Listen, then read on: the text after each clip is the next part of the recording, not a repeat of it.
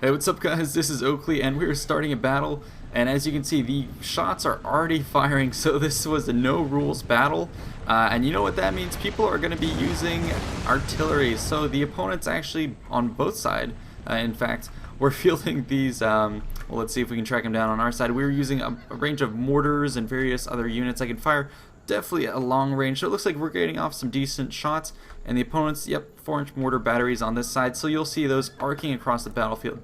In any case, it's going to be a 3v3 battle, and you'll see quite clearly the theme we're going for here. This is going to be the American Revolution, so it's going to be the United States colonies over on this side versus Great Britain deploying on what seems to be the high ground advantage. So going into this battle, I absolutely knew that people were going to spam artillery. But what I also knew is that artillery, such as these mortars, are pretty good just because they can fight at a distance. But that's basically their only advantage. In terms of damage and accuracy, they're pretty low. And cost efficiency, I would say they're not very great. Although take a look at this, they also have some of these rocket batteries. So if nothing else, you know, we do get some nice cinematics. But as I was saying, these artillery units are not going to be good, and so what I'd rather do is spend that money on infantry. So my force is essentially all infantry. The only exclusion to that are these 2 light dragoon units that I kept just to be able to do some mobile strikes on either skirmishers or his own cavalry. So that's going to be the advantage that I'm bringing to the field, and you'll see the great dividends it's going to pay. Anyways, I'm keeping my elite units back here, so Black Watch, King's Royal Regiment, and then 33rd Foot back here. And then my line infantry, I have 3 reserves, so I'm actually going to start deploying. But the bulk of my forces are going to be up here, so 3 line infantry here, 2 here, 2 more here, all moving up to the crest of the hill, supported by 3 of these ranger units moving up. My allies seem to be thinking that both teams think they're going to be on the defensive, so that's what you get with some of these new players, is they really do enjoy sitting back and waiting. So I'm not sure how this battle would have gone if I wasn't here. They probably would have sat back and exchanged artillery fire until, well, they don't run out of ammo, so it would have been a long battle. Anyways, yeah, you can see them sitting back here on both sides, but I'm urging my forces forward. That's what we're going to be doing, bringing the fight to the rebel scum, and it looks like we actually do have some howitzers, so we're going to bring these into closer combat. Anyways, my guys are actually charging forward super quickly, so in here, sort of column formation, kept them moving up. We do have the rain, so that's going to sort of have some debuffs to our firing range, I believe, and accuracy. You can see some of these Pioneer Raiders are going to be moving up. These are going to be the cavalry coming into the forest. He is going to try and do some initial attacks on my forces. All I'm going to do is tell my 1 infantry unit right here to square up as he charges in. However, he did deploy some of his long riflemen up here. The disadvantage for him is he did not position them very well. You can see right here they're shooting into the forest. The rare shot that is able to clear this hill is just going to go right into the forest. Anyways, these guys are formed up in the square to ward off these Pioneer Raiders. Of course, he doesn't see that because I'm in the forest. And I'm going to be charging in with my infantry as support, so those are going to be militia units. Let's go ahead and try and watch some of this cavalry charge in the dark into the forest. So it looks like he does bypass those troops, and he's going to go ahead and charge right into my infantry here. These last units are going to go and form up into square. The rest of my forces are going to be pushing up, forcing his guys off the hill. And it looks like we are getting some friendly artillery support on this position, because clearing this ridge is going to be allowing us to secure this front, push down on the opponents.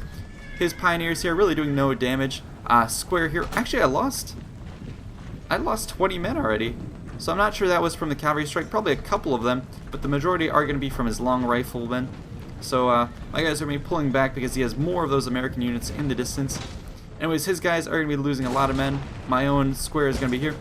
However, what I did not anticipate is more of these guys moving up, so light dragoons are going to be charging forward right into my melee troops. Although rangers are going to be positioned back here, they're going to be getting some shots off. And my militia guys are going to be enough to hold his guys back, allow me to get some point blank shots into his cavalry. A couple of them are going to drop, however I'm bringing in more of my infantry and my light dragoons right there, and these guys are going to be reforming to fire into the flanks of his guys. Over on this position, he withdrew with his cavalry, and here my line infantry. Apologies for the rain as well, I didn't choose this battle, but yeah, it kind of reduces our visibility, but it makes it a little more epic. So we're going to be positioning ourselves to get some shots off on the hill. My line infantry are going to be forming up, and again, support of the mortar batteries. Here are my light dragoons and all these various forces combining fire to essentially, yeah, flat out rout. I think they didn't even rout, they were just all killed. But yeah, that's why I brought these light dragoons, for instances like that. So I'm going to pull them back just because I don't want to take that mortar fire. Then we're forming up these guys here to ward off any additional reinforcements. And it looks like the Americans are going to be sending the majority of their forces up here. However, the problem he has with these light infantry is, okay, yeah, they're pretty good at long distance, but not when I close the distance like this. They don't have quite the firepower that they would want. And so I'm able to get just superior fire on his men. He does have light infantry, but they're only just forming up. I have more guys deploying in the woods right here. And my light dragoons are going to go ahead and charge right into this unit right here of light infantry. I wanted to clear away from my own forces here. And what you'll see me do is actually, once I had clipped basically like 10 or so of his units here, I did lose, you know, half my regiment. But what the main advantage I'm going to get is charging through to his pioneer militia, charging through to his long riflemen, and then disrupting this formation, which is going to allow me to push up here. And now here's the core of my infantry moving up with my Ferguson riflemen. They have greater range, and then also more of my line infantry. So I'm trying to help with this push. My cavalry is forming up and doing all sorts of disruption here, and that's going to open up his forces for a charge from the rear. He doesn't quite anticipate this and has no way of really countering it. It's going to force these guys to charge forward and meet with the bayonet. Exactly the last thing they wanted to do. So that was a pretty good cavalry charge, although it did kind of result in the decimation of my own units. It's a risk I'm willing to take. And now we're going to get some shots off with my infantry in this position as they form up. Perfect shot against his long riflemen. And I'm going to be deploying with my own Ferguson riflemen up here to support the fight and hopefully deal with these long riflemen. But yeah, here we go. Getting off some good shots against his pretty experienced long riflemen. And I'm engaging with my lighter, or my more diminished, depleted infantry units to tie down his own. And then I'm swarming in with the rest of my units. Over here, my Rangers are getting off some decent shots against his line infantry, but they're in the woods, so it's going to take a while to get those guys out. And look what they're doing here. Puckle guns are being deployed on this front, so this is something I have to be very wary of. These are essentially the this period's machine guns. You'll see when they deploy, and this is going to be very effective against me, especially with these long riflemen backing me up. So you can see our allies are firing all their mortars to try and take out these troops. And now we're going to be positioning more of our green jackets to help even up this fight. I'm going to have to pull these guys back. Let's go ahead and watch these puckle guns just unleashing. I'm not sure if they're in range. Yeah, there we go. So you can see some of those guys getting off their shots, and it looks like oh, that's interesting how the cannons get loaded like that. Anyways, yeah, they're going to be able to just pour on the fire to my men, so that's why I'm pulling back. They're maybe not so good at a distance against light infantry, but against line units and particularly cavalry, they'll chew you up. Anyways, on this flank, it's kind of the fight of Bunker Hill. You could say I'm charging up to the front and just engaging with these guys eye to eye. And against these pioneer militia, British units are actually pretty good at melee, so I'll be hopefully cleaning those guys off. And I'm positioning these Ferguson riflemen here to deal with his guys, and I move these guys up almost to point blank range right here, just to deal shots right into these. I hope there's no cavalry coming. Probably not, because they invested so much in artillery. But anyways, they're going to be dealing death from point blank into these units here. I do have some more of these pioneer raiders. Cavalry are going to be pushing up to this flank, although they don't really know how to engage. And here we go. Green light dragoons who I kept. These are one of my only remaining cavalry units who I deployed, knocked these guys out, allowing my guys to reform, and I'm going to pull them back to the side. And he's going to be countercharging with his own cavalry. However, these are regimental horse. Actually, they're pretty good. So I'm going to be kind of scared for this engagement. I'm pulling back to the crest of the hill and having my guys in a pretty big blob so that hopefully he can't cut through the entirety of my forces. I should have formed up in square, I just didn't have time. And he's pushing up with another group of forces right here, regiment of horse backed up by long riflemen. I was able to basically destroy his units here, and they are, however, deploying more of their guards with the fire support of these guys.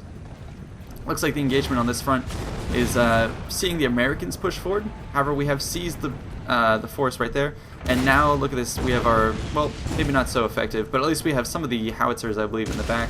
Yeah, all firing on these American forces right here. So this approach is not going to be very fruitful. So I guess that's what you get. General's bodyguard leading the charge here, actually scaring off these green jackets. So they're having a pretty effective attack through here. Attack through the force is not going as he had planned, mostly because he got caught up on, I believe, his own forces here. I know they decided to charge up the hill and engage with my own guys. However, I did eventually get them into square, so that's going to be warding off his cavalry here. These guys are going to pick them off. Over on this flank, now that I have the hill advantage, I can shoot over my own men, multiple lines of fire against his troops. However, he does have a lot of these Minutemen and long riflemen, so I don't want to have too many guys up here, considering he can fall back to the forest, and he does have artillery support with these mortars. And they actually do have a ton of these guys, howitzers as well, so a ton of guys. Oh, let's go ahead and watch some of these batteries firing here. So our cavalry that were in the forest here are going to be pushing up. They're going to try and engage with his artillery, I believe, or try and support the fight here. But our own massive batteries on this front are just going to be absolutely wrecking this approach of the infantry. And yeah, you can see we still have additional guys back here. Myself, I'm going to be pulling in the reserves to help push back that front. And the puckle gun is still holding down this flank. I'm pulling back to the safety of the woods. However, what you'll see is me coming in with some cavalry a little later to even that up. Over here, I have, as I said, the multiple lines of fire. And especially with these Ferguson riflemen, these guys have really good accuracy and range, so I'll be able to deal basically toe-to-toe with his own forces. He's moving up with his Minutemen, but that's fine. I have line infantry who can do a good amount of damage. However, he's moving up a lot, basically the remainder of his forces here, so I'm going to pull back, allow my Ferguson riflemen to do what they do best, and I'm going to retreat to the top of this hill pretty soon. Here we go with my light dragoons. They're going to help even up this fight. So that's what I'm bringing them in to do, and then I'm hoping to sweep down through here and knock out his buckle guns and various other forces. But here we go, charging into his long riflemen. That's the ideal target for them. And it looks like we're still having our mortars and rocket troops trying to attack these puckle guns. They don't have too much damage to them, although that one lime shot was pretty good, dead on. But what I would say is they should probably target some of the infantry. Those are better targets for them. Anyways, the Americans are moving up with more puckle guns. Not super effective, but they do a pretty good amount of damage for suppressing fire, I guess you could say. But yeah, my own cavalry landed that strike on long riflemen, softened them up, then I retreated. Here are going to be more line infantry who haven't been really committed, so they're going to be pulling up to the hill where I've essentially lost my men. Over here I'm going to be pulling back to the forest and moving my line infantry for double lines of fire against those guys. These troops are going to move up to the hill, hopefully soon, to help support that fire. And then my own light dragoons are going to be, as I said before, pulling down this hill in the near future. Just kind of firing point blank into the forest, forcing those guys back. Line infantry are going to get chewed out just because we have more line infantry coming in, but it's a noble charge from the Americans. Oh, it actually looks like they were able to crush this flank through here. But that's where I'm going to deploy my reinforcements, the yet uncommitted Black Watch and 33rd Foot coming in here. Rangers are now going to be deploying to take out those guys. Let's go ahead and watch some of the volleys up on the hill. They were not expecting my Black Watch units here at all. So let's watch these guys get some shots off. So platoon fire, taking its effect all the way down the line. So against his guards right here, yeah, they have a pretty good place down in the woods. However, they're going to be targeting my Rangers over here, and I'm just going to be getting all sorts of fire on them. So yeah, they're getting picked off pretty well. I have the superiority in positioning. Yep, okay, they killed one guy. But they are pressing the advantage here, at least. That's what can be said. But look, they're falling back on our entrenched line right here with the pikes, and it looks like they did lose cavalry to a cavalry charge right through here. Probably not the best move. But the Americans should at least be given credit for this honorable charge up the battlefield, and especially in the face of all these artillery units that basically destroy them. Lifeguard and additional British cav are going to come in here, probably intercept this general. Let's go ahead and watch my side of the battlefield as well. So my line infantry that you saw up here basically got thrashed. However, they did soak up a good amount of the fire. My Ferguson riflemen are going to be left to finish up this fight. I'm finishing off his men, but over here is a problem where he has a lot of these light infantry and long riflemen combined fire. They'll do a lot of damage to me. That's why I'm going to be having my cavalry ready for a charge. Oh, actually, it looks like I did it. So push through here with my Rangers, charge right into his light infantry, and I'm going to go for the puckle gun, I believe. Anyways, wow, looks like we're getting finally some good shots off with our artillery right there. Straight into these puckle guns, so it'll be just a matter of luck before one of those is going to come flying through here, I'd imagine. But those guys are, yep, there you go. They're going to be eliminated soon. I decide to countercharge into his general, just eliminate this guy, and I'm going to get some more shots off in there. So I'm trying to collapse this front quickly, and then these guys are going to be sent back to... No, actually, oh my... Okay, yeah, I'm pulling them through here. I don't want to get too many shots from his long riflemen, so they're going to be moving through here, hoping to help out, take out his buckle guns. Anyways, here we go, deploying my line infantry. They can shoot, as I said, over their heads because I have the hill advantage. This flank is going to be pulling back. He was just coming in, just more infantry out of the woodwork. That's the advantage of the Americans. They have a lot of these crazy cheap militia infantry and the like. However, when it comes down to a charge like this, I should have the advantage. So here we go, right into his men. I have 83 men. He's 95. So we'll see how that fight goes. But at least it does tie down his men, and I have more supporting fire. Where did my cavalry go? Oh, I think they may have died. Either that or I pulled them back. Oh, no, I pulled them back. Okay, thank God. Here we go. Here are my elite troops. York, Black Watch, and the 32nd Foot are... Okay, their 33rd Foot is deployed down here. Anyways, these guys are going to come and help even up this fight. Basically what I'm going to be doing is an all-out charge down the hill at this point on, so it's going to be pretty epic, and it's going to be led by these guys once they get into the fight, and especially my light dragoons are going to help even up that fight as well. The Americans are going to be pulling back. He realizes what's going on this front, so you can see more reinforcements just streaming in, and their constant fire of artillery is doing a lot. However, these 24-pound guys, probably the worst deployment you could do. They're just shooting through the forest, through a hill almost. They're getting no shots off, so they're a bit too hasty with the deployment of their artillery. But yeah, they're crushing my guys who charge up through the front. Oh, they're going to be countercharging up sort of this valley, you could call it. I'm getting ready for an all-out assault. Let's go ahead and watch the American push through the center. So they tried to attack this line, however, yeah, this line infantry formation with the backing of all these artillery troops, and he still has light dragoons in case they broke through. So that's going to be the end of the American charge through here. We completely crushed this front, so, oh my God. That's scary, but it does no damage. Anyways, we're going to be reforming this front, and we're going to be pushing up through this valley, taking out those guys back here. It looks like actually the cavalry that the British had hidden on this front are going to be attacking his rockets. So that's going to be the end of those, and then they're going to be able to push through here. And it looks like they already have done that with the heavy cavalry, just breaking through the American rear lines, causing a panic through the back. And over here you're going to see my charge down the hill. So it looks like the Americans are going to decide to countercharge up here. Maybe they're out of ammo.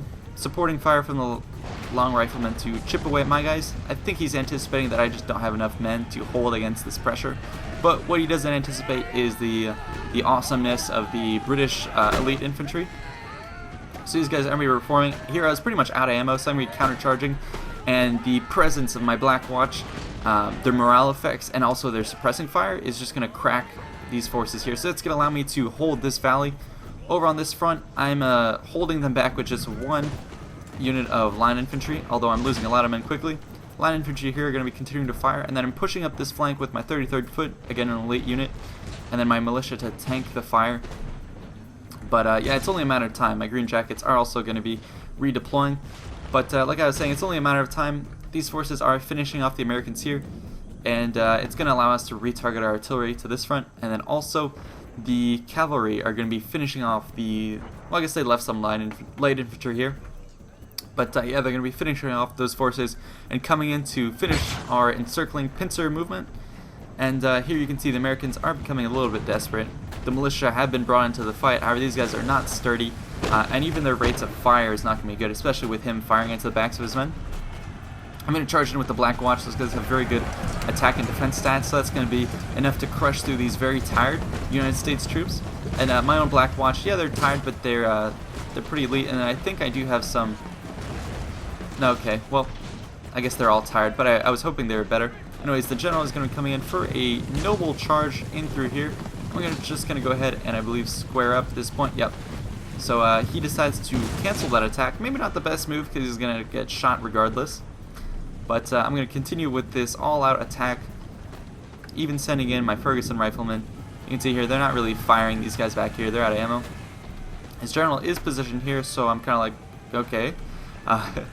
I'll take it. So I reposition these guys. They're going to go back into line and they're going to shoot at his general. Right here the Americans are starting to crumble.